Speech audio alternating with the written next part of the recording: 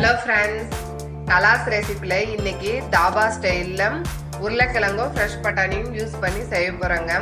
இது செய்யறது ரொம்ப ஈஸி, சீக்கிரமாகவும் செஞ்சிடலாம். டேஸ்ட்டும் ரொம்ப நல்லா இருக்கும். இது சப்பாத்திக்கு ரொம்ப நல்லா இருக்குங்க. எப்படி செய்யறதுன்னு வீடியோவில் பார்க்கலாம் வாங்க.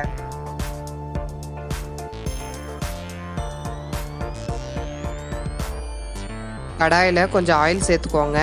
ஹீட் ஆன உடனே 1/2 டீஸ்பூன் ஜீரகம், ஸ்ப்ளிட் ஆன உடனே 20 பல்லு பூண்டு மிக்சியில் அடித்து இதில் ஆட் பண்ணிக்கோங்க. பூண்டு நல்ல கலர் சேஞ்ச் ஆன உடனே கட் பண்ணி வச்சுருக்க 2 மீடியம் சைஸ் வெங்காயம், கொஞ்சம் கருவேப்பிலை சேர்த்து அதையும் நல்லா வதக்கிக்கோங்க. வெங்காயமும் நல்லா வதங்கிருச்சு. 1 டீஸ்பூன் கடலை மாவு எண்ணெயிலேயே சேர்த்து நல்லா வதக்கிக்கோங்க. இந்த ராஸ்மல் போகிற வரைக்கும்.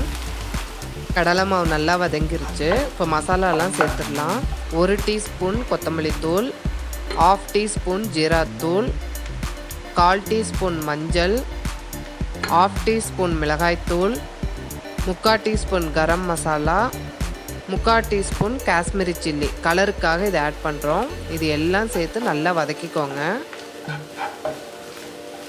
இந்த மசாலாலாம் நல்லா வதங்கிருச்சு. இதுக்கு தேவையான உப்பு, 1/2 கப்பு ஃப்ரெஷ் பட்டாணி, 1 தக்காளி தோலோட மிக்சியில் அடிச்சிருக்கோம், அதை இது கூட சேர்த்துக்கலாம். மிக்சி ஜாரில் கொஞ்சம் தண்ணி சேர்த்து அதையும் சேர்த்து நல்லா கலந்து விட்டுக்கோங்க. பட்டாணி வேகணுங்கிறதுக்காக கொஞ்ச நேரம் மூடி வச்சிடலாம்.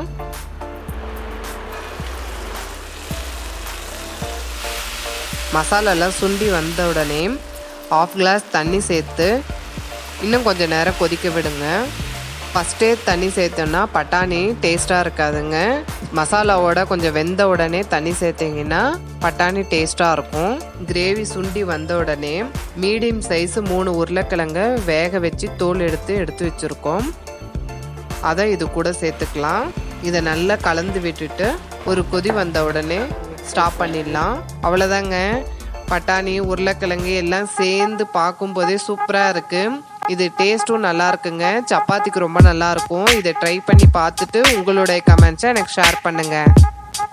இந்த வீடியோ உங்களுக்கு பிடிச்சிருந்ததுன்னா கலாஸ் ரெசிபிக்கு சப்ஸ்கிரைப் பண்ணுங்கள். பெல் ஐக்கானை கிளிக் பண்ண மறந்துடாதீங்க.